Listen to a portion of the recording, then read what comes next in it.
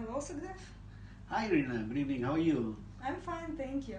And thank you for coming and having this interview with me. And so let's start. Yeah, pleasure is mine. Let's start. Okay. So the first question, when did you start to work in Maiduguri base and in which capacity? Basically, I started working with the Nigeria mission mainly in Northeast since June 2016. So initial 6 months from June to December 16, I was here as a roving logistic coordinator, and I came to Northeast to support the emergency response, to open the emergency responses mainly in Mongono, and also to support Maiduguri based interventions. So my initial 6 months were as a roving logistic coordinator supporting the emergency responses. And then from March 2017, I took the responsibility of field coordinator for Action Against Hunger to be based in Maiduguri. Until now, I'm doing that. Thank you. So, what do you think? What is the importance of warehouses in Northeast context? You see, all the emergency responses in Northeast are enormously big. They are huge. The context, the humanitarian space that we are working is quite complex, right? And supply chain itself is a big challenge.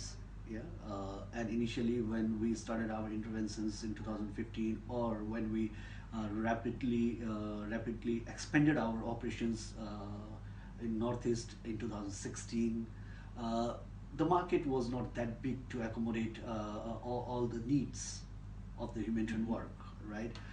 Supplies had to be brought from outside Maiduguri, right?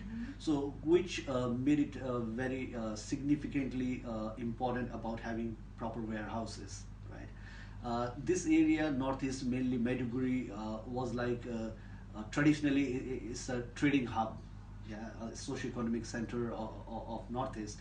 But since the conflict started 2010, then the city was completely abandoned, right? All the big warehouses, buildings, these were completely abandoned for several years, right? So in 2016, when we were expanding our interventions, we seriously struggled to find good spaces, right? So we had a small core team doing a certain volume of emergency responses, and then the government declared access to new areas, right? So a huge number of beneficiaries increased, right? And we had to respond to them immediately. So the supply chain and warehousing were the two critical areas. First, the market was not big enough to accommodate all to supply all the demands, right?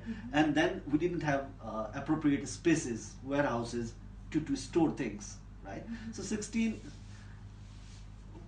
literally saying we didn't have any warehouse, where we had small stores, uncapacitated, untrained logisticians, right? So somehow we were trying to get things and then deliver it to the field. So it was not systematic, right? No plans were working. We didn't have a proper space. So somehow we wanted to save lives, right? And that's why we are here. Uh, so despite of all those gaps, we managed to deliver somehow, but we struggled a lot. Okay, thank you very much. And what do you think? How was warehouse when you firstly came here, and then how do you see the changes now? As I just said before, that in 2016, when most of the humanitarian actors started their interventions in Northeast, before that there were hardly 5 to 10 agencies, right? Some of them were working for a developmental cause, right? And very few INGOs doing emergency response. But early 2016, it was a huge influx of all the NGOs, right? When the market became small to supply the required products, right? And even the need of warehouse became an issue, right?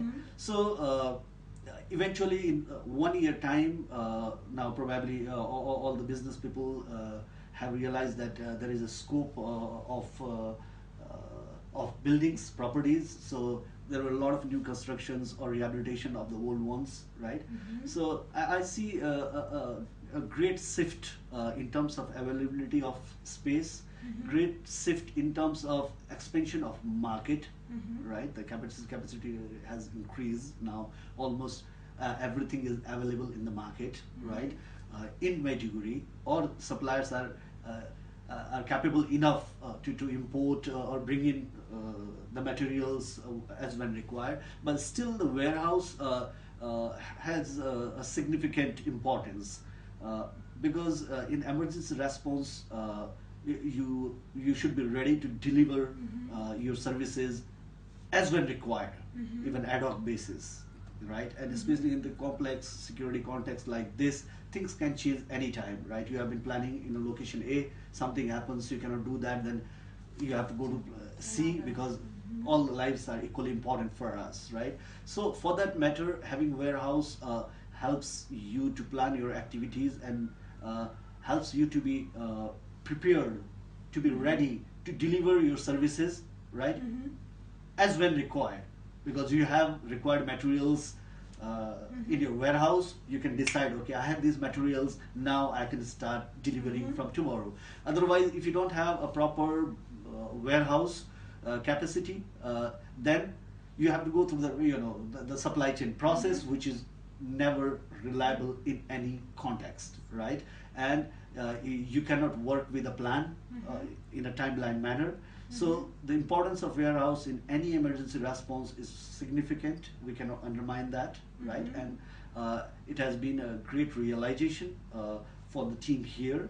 Although Action Against Hunger has been a frontline humanitarian agency since long, few decades. So institutionally, we always knew the importance of warehousing and supply chain. But here, especially for the base team, right, Northeast. The humanitarian emergency response is pretty new. It's just 2, 3, 4 years that the emergency response has started. So people didn't have that good understanding of importance of supply chain and warehousing in emergency response. But lately, now even my team, right, has hugely realized the importance of supply chain and mainly the warehousing. And the evidence of realization is like the way we shifted the quality of our work, right, in terms of warehousing over a period of 1 year, right? As I said, when I came June 2016 until December when I was working here, we didn't have a proper warehouse, right? No, small spaces just to keep things and to deliver anyhow, right? And there were several factors limiting our capacity as well, although we knew what we need to do, right? But there were several factors which were limiting our capacity to have a proper warehouse, like unavailability of the spaces, right? Recruitment process is equally challenging because logistics is not a defined sector. You don't find trained logisticians, right? You have to recruit people, which itself takes a lot of time, and then you train them, and then not only training them in warehousing, you have to train them in your tools, templates, and the way of working, right? Then the coordination, communication between program teams and the logistics is another critical area, which is a time-taking, a process-oriented thing. So these all factors, right? So we need to be realistic.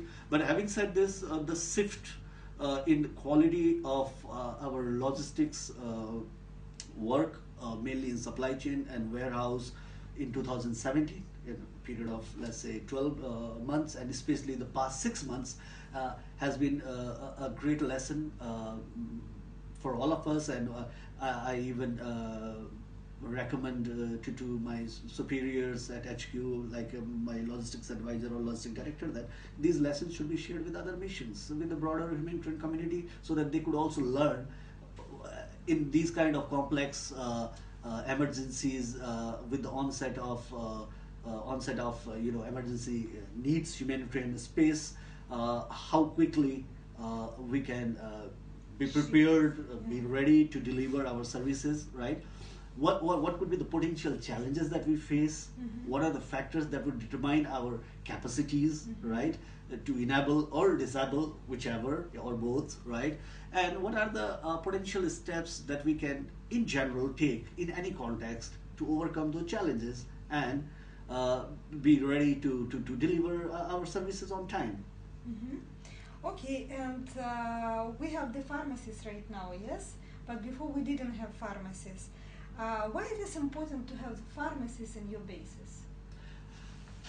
For Maiduguri base specifically, yes. Until June 2017, we did not have a proper pharmacy. Although since 2015, we had been having health clinic facilities where we were supporting. So health activities were there. We needed drugs. But we didn't have our own proper pharmacy, right? So to start with, in 2015 and 16, we were receiving drugs either from UNICEF or from the Ministry of Health, right? So since we didn't have in-house capacity to set up a pharmacy, right? So we had to manage somehow to make sure that we are delivering our services. So although it was very challenging because the quantity of drugs that you need on a certain date, they are not available, right?